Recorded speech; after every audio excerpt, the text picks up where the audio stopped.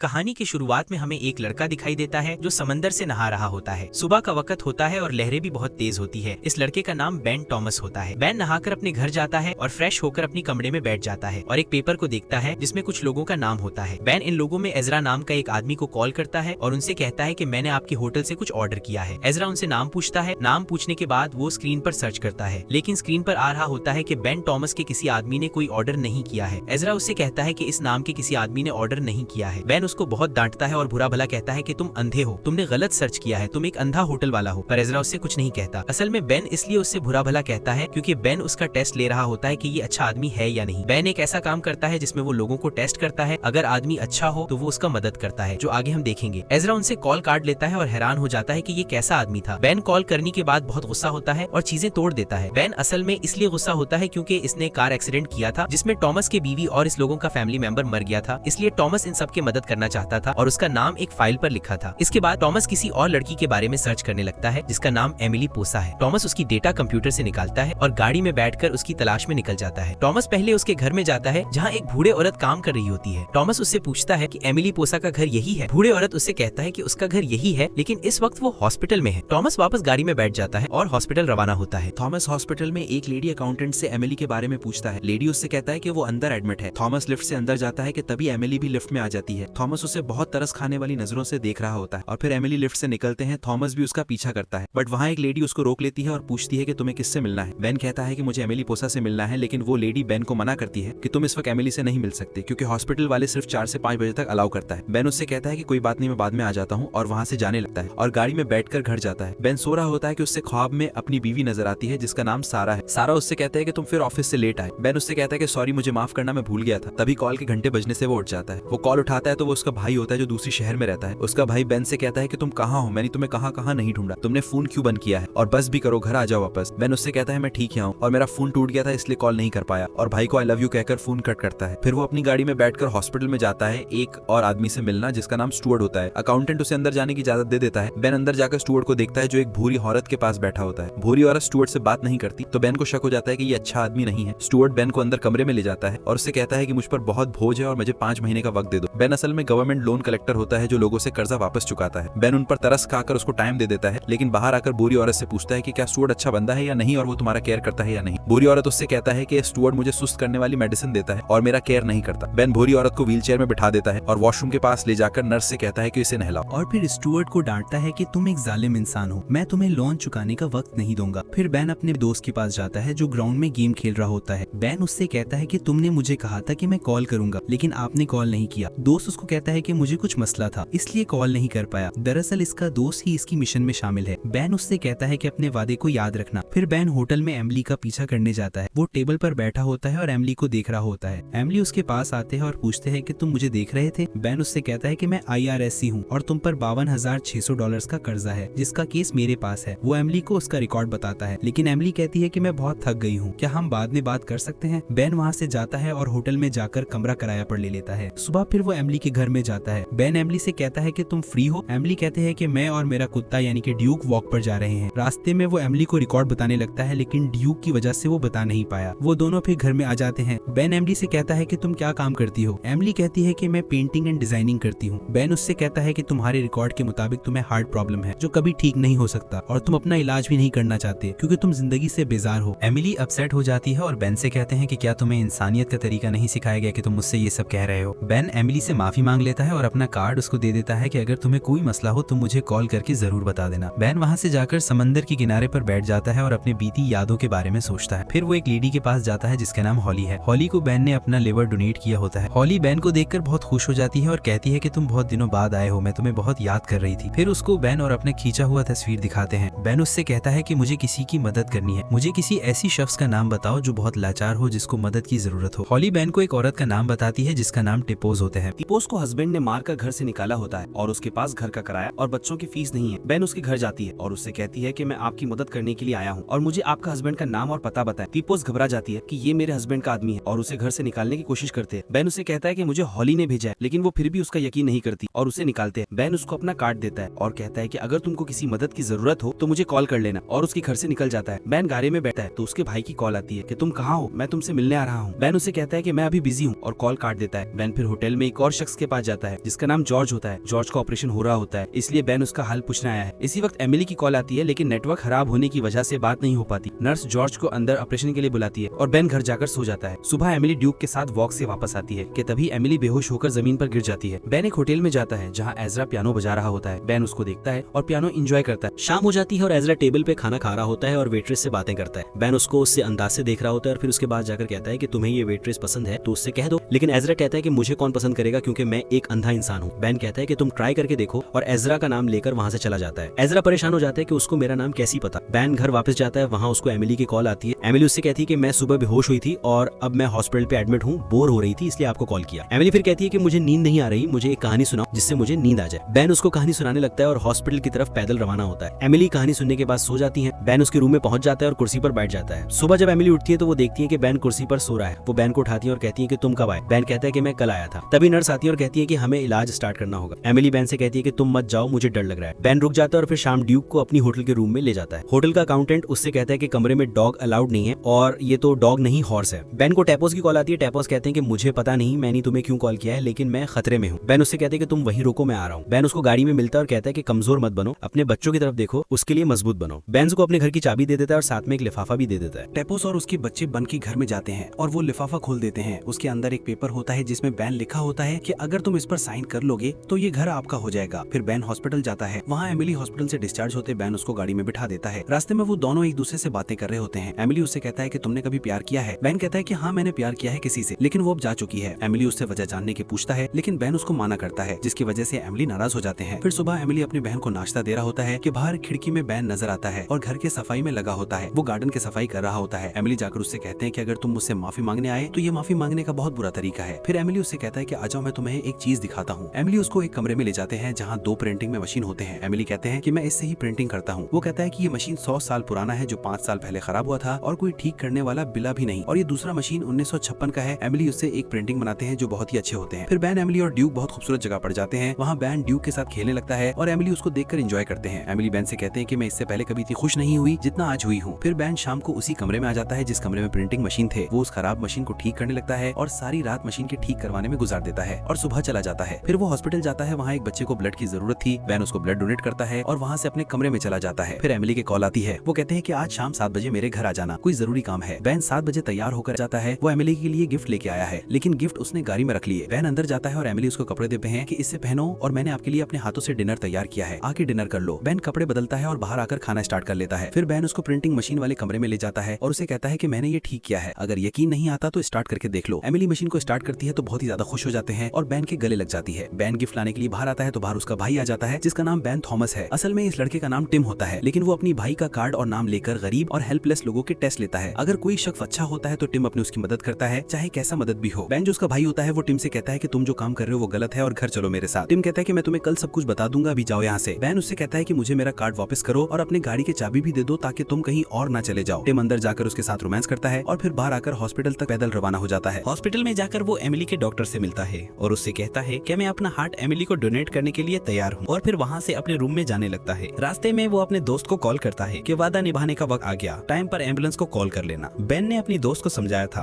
कि मैं इन लोगों की मदद करूंगा और अपना बॉडी पार्ट्स उनको डोनेट करूंगा और खुद मर जाऊंगा। बेन रूम में आकर एजरा को कॉल करता है और उसे कहता है कि क्या तुम चाहते हो कि तुम भी दुनिया देख लो और अच्छी लाइफ जी लो। टिम उससे कहता है कि मैं तुम्हें अपनी आंखें डोनेट कर रहा हूँ, सुबह हॉस्पिटल में आ जाना। ये कहकर वो टब में बर्फ डालता है। वो अपनी बीवी और कार एक्सीडेंट के बारे में सोचता है जिसमें उसकी बीवी और दूसरे कार वाले मर गए थे। फिर वो टब में जेलीफिश के पानी डालता है और उसमें लेट जाता है और एम्बुलेंस को कॉल करता है। एम्बुलेंस वाला पूछता है कि पेशेंट कौन है और उसे क्या हुआ है। टिम कहता है कि पेशेंट मैं हूँ और मैं मरने वाला हूँ। पानी में जेलीफिश उसका हाथ काट लेता है और टिम मर जाता है। सुबह हॉस्पिटल में प्लेन को मुताबिक डॉक्टर एमिली को टिम का हार्ट लगाता है और एजरा को टिम की आंखें डोनेट कर देता है। 2 दिन बाद बेन टॉमस एमिली के पास आता है और उससे कहता है कि उसका नाम टिम थॉमस था और वो IRS से भी नहीं था, वो बस उन लोगों की मदद करना चाहता था जो इसे कार एक्सीडेंट में मर गए थे। वो एमिली को बताता है कि टिम ने मुझे अपना एक लंग दिया, ऑली को अपना लिवर डोनेट किया, एजरा को अपनी आंखें दे दी, इस बच्चे को ब्लड दिया और खुद मर गया। एंड कहानी यहाँ खत्म हो गई।